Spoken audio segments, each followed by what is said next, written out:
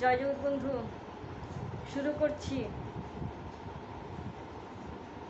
গুরুদেব তো আমেরিকাতে একের পর এক বক্তৃতা করে চলেছেন। আজকে যে স্থানের বক্তৃতার কথাটা বলবো সেটা হচ্ছে সান ফ্রান্সিসকোর মেথডিস্ট চার্চে একটি সভায় গুরুদেবকে আমন্ত্রণ জানানো হয়েছে। সেই সভাতে গিয়ে গুরুদেব যোগদান করলেন। তো সেই সভাতে বহু প্রশ্ন করা হয়েছে। আজকে আমরা মাত্র দুটি প্রশ্নের কথা নিয়ে আলোচনা করছি। যে প্রথম একটি প্রশ্ন করলো সেটা হচ্ছে, আপনারা জন্তু পূজা করেন অর্থাৎ গরু পূজা করেন কেন? মহানামব্রতজি কঠোর ভাষায় উত্তর দিলেন, জন্তু সেবা যদি অন্যায় হয় তবে আপনারা কুকুরের সেবা করেন কেন? গাভী তো আমাদের অমৃত তুল্য দুধ দেয়। এর জন্য হিন্দুদের কাছে গাভী মাতৃস্বরূপা, বিশ্বজননীর প্রতীক। তাই আর্য ঋষি গাভীকে মাতৃরূপে পূজা করতে শিখিয়েছেন। যেমন যিশু ক্রুশবিদ্ধ হয়েছিলেন বলে খ্রিস্টানরা ক্রুশকে পবিত্র আত্মবলিদানের প্রতীক মনে করে শ্রদ্ধা করে। যদি খ্রিস্টানরা ক্রুশকে শ্রদ্ধা করতে পারে, তাহলে হিন্দুরা কেন বিশ্বজননীর প্রতীক গাভীকে শ্রদ্ধা করতে পারবেন না? এই একটি প্রশ্নের উত্তর হলো। দ্বিতীয় আরেকটি প্রশ্ন এই সভায় করা হয়েছে, সেটা হচ্ছে, হিন্দুরা কেন ভয়ঙ্কর কালী মূর্তিকে পূজা করেন, যে মূর্তি দেখলে আমাদের ঘৃণা ও ভয়ের উদ্রেক হয়?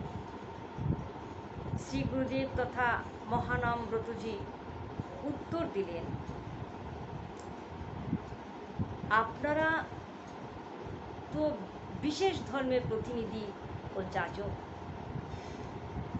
কাহারও উপাস্য দেবতা সম্পর্কে কিছু উল্লেখ করতে যে ভদ্র রীতি প্রয়োজন তা আপনাদের জানা নেই। এটা অত্যন্ত বেদনাদায়ক যে ঈশ্বরের স্বরূপ সম্পর্কে কিছুই জানে না, তার কাছে যিশুর মূর্তি যা হতে রক্তক্ষরণ হচ্ছে এবং বিভূষণা কালী মূর্তির মধ্যে কোনো তফাৎ নেই। যিশুর ক্রুশবিদ্ধ মূর্তি যেমন খ্রিস্টানদের কাছে সুন্দর, কালী মূর্তি সেই রকম ভক্ত হিন্দুর কাছে সুন্দর। হিন্দুর ঈশ্বর সৃষ্টি ও ধ্বংস দুটাই করেন, পাশাপাশি করেন। যিনি সৃষ্টি করেন তিনিই ধ্বংস করেন। তা না হলে সৃষ্টি ও ধ্বংসের জন্য একাধিক ঈশ্বরের স্বীকার করতে হয়। হিন্দুদের কালী মূর্তির হাতে খড়গ ও ধ্বংসের প্রতীক, আবার অন্য হাতে বর ও অভয় কল্যাণের প্রতীক। সারা ইউরোপ ও আমেরিকা জড়ো করলেও এইরূপ কালী মূর্তির মতো একটি মূর্তি খুঁজে পাওয়া যাবে না। কালী মাতার তত্ত্ব ভক্তই একমাত্র বুঝতে পারেন। এইরূপ তীক্ষ্ণ উত্তর শুনে সেখানকার পাদ্রী পরাজিত হয়ে গেলেন মহানামব্রতজির কাছে এবং ক্ষমা চাইলেন। এইভাবে সেদিন সে সভাতে আরও প্রশ্ন করা হয়েছিল।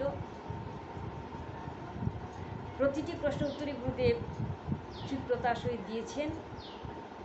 তো আজকে আমরা শুধু দুটো প্রশ্নের কথা শুনলাম। জয় জগৎ বন্ধু, আগামী দিন শুনব জাতিভেদ প্রথা সম্পর্কে গুরুদেবের উক্তি। তাইলে এখানেই রাখি। জয় জগৎ বন্ধু, জয় শ্রী।